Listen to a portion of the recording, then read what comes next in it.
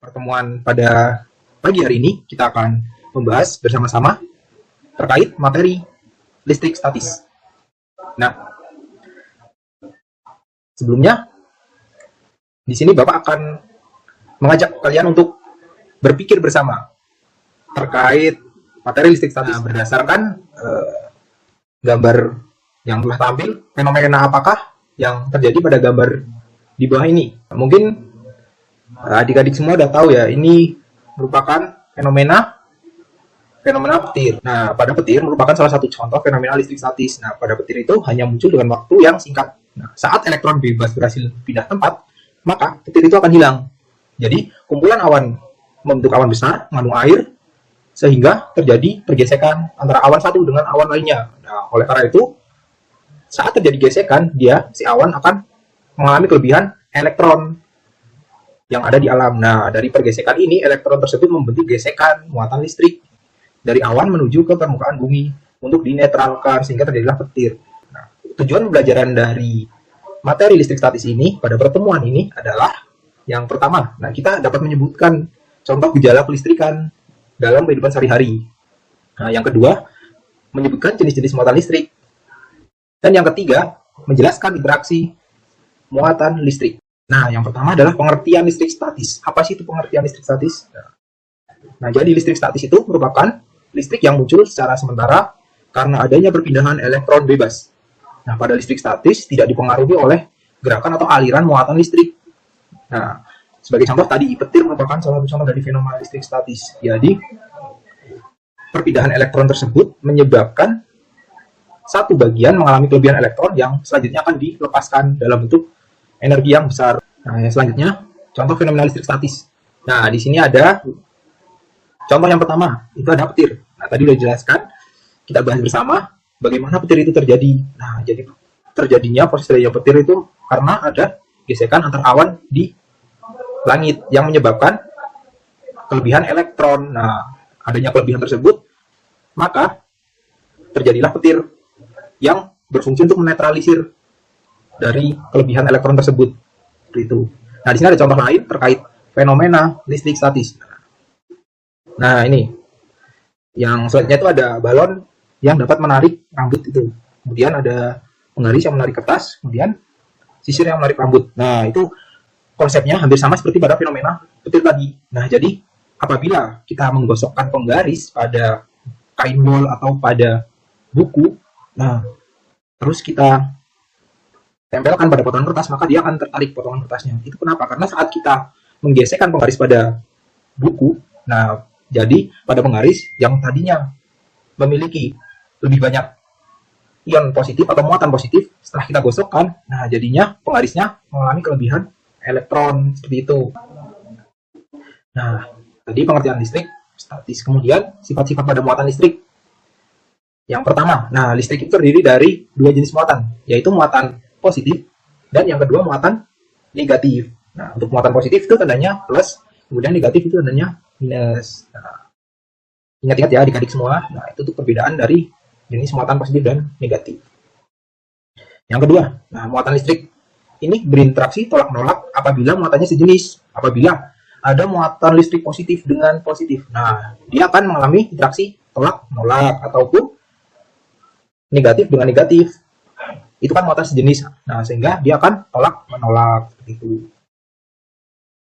Yang selanjutnya, nah, yang ketiga ini adalah muatan listrik akan berinteraksi tarik menarik apabila berbeda jenis. Nah, tadi kan yang tolak menolak apabila satu jenis. Nah, ini yang kedua, muatan listrik akan berinteraksi tarik menarik apabila berbeda jenis. Nah, apabila muatan listrik itu terdiri dari muatan positif dan muatan negatif, maka dia akan tarik menarik seperti itu. Nah, yang selanjutnya adalah induksi karena muatan listrik dapat berpindah dari satu benda ke benda lain. Jadi muatan listrik dapat berpindah dari sumber ke benda yang didekatkan. Nah, oke. Ayo kita menjawab bersama terkait sifat-sifat muatan listrik. Tadi kan kita udah belajar. Nah, yang pertama. Nah, di sini ada muatan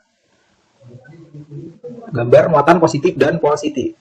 Nah, kira-kira dia tolak menolak atau tarik menarik nih. Yuk kita lihat sama-sama ya. Nah, jadi dia terdiri dari kutub positif dan kutub positif, sehingga sifat interaksinya akan tolak menolak karena dia muatannya apa? Sejenis gitu. Nah, kemudian yang gambar kedua itu ada muatan positif dan negatif. Nah, dia satu jenis atau dua jenis? Ya, dua jenis. Ada dua jenis muatan. Tadi kalau kita melihat dari sifat-sifat muatan listrik, kalau sejenis berarti dia sifat interaksinya akan saling tarik menarik. Itu.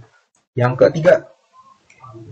Nah, tadi ada muatan positif dengan positif. Sekarang ada negatif dengan negatif. Berarti dia muatannya sejenis atau berlainan jenis.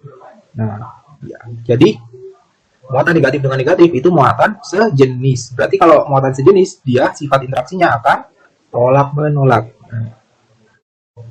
Nah, yang keempat itu ada muatan negatif dan positif. Dia muatannya sejenis atau berbeda jenis. Nah, muatannya berbeda jenis karena satunya positif dan satunya negatif. Sehingga interaksi yang akan terjadi adalah saling tarik menarik gitu.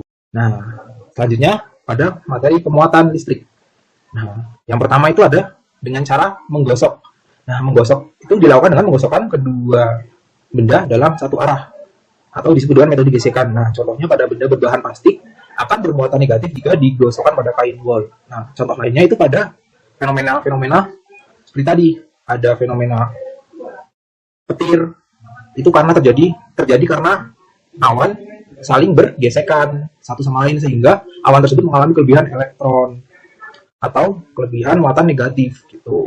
Contoh lainnya, contoh sederhananya yang sering kita jumpai ini, yang tadi terkait penggaris yang kita gesekkan pada kain wol, maka muatan negatif yang ada pada kain wol akan berpindah pada penggaris sehingga pada penggaris mengalami kelebihan elektron. Nah, begitupun pada balon dan sisir. Untuk muatan listrik yang kedua itu ada cara induksi. Nah, pada cara induksi ini dilakukan untuk memisahkan muatan listrik dalam suatu penghantar dengan cara mendekatkan benda lain yang bermuatan listrik pada penghantar tersebut. Nah, dengan cara ini muatan listrik yang dihasilkan akan berbeda jenis dengan muatan listrik yang digunakan untuk menginduksi. Nah, contohnya pemisahan muatan listrik pada elektroskop yang didekatkan oleh mistar plastik yang telah digosokkan oleh kain wol. Seperti itu. Nah, ini tuh gambar alat elektroskop untuk melakukan metode induksi. Nah, pada elektroskop tersebut terdiri dari yang paling atas itu ada kepala elektroskop atau bola logam. Kemudian yang bawahnya ada insulator, bawahnya lagi ada lempeng emas dan tertutup oleh kaca. Yang selanjutnya adalah menggunakan metode konduksi. Nah, pada metode konduksi ini dilakukan pada benda yang terbuat dari bahan-bahan tertentu. Nah, metode ini agar menghasilkan muatan listrik di mana kedua benda harus mengalami kontak langsung agar jumlah elektron mengalir dari satu benda ke benda lain. Nah, jadi pada dasarnya, nah seperti ini.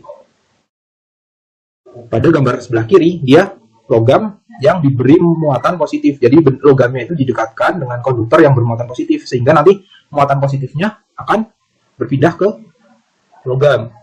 Nah, sedangkan yang sebelah kanan itu adalah sebuah logam yang diberi muatan negatif. Jadi konduktornya bermuatan negatif, kemudian logamnya didekatkan. Dan yang terjadi adalah muatan negatifnya ini akan berpindah ke logam seperti itu. Nah, itu untuk beberapa pemuatan listrik. Oke, cukup sekian untuk pembelajaran pada pagi hari ini. Tetap semangat sampai pembelajaran selesai. Bapak akhiri. Assalamualaikum warahmatullahi wabarakatuh.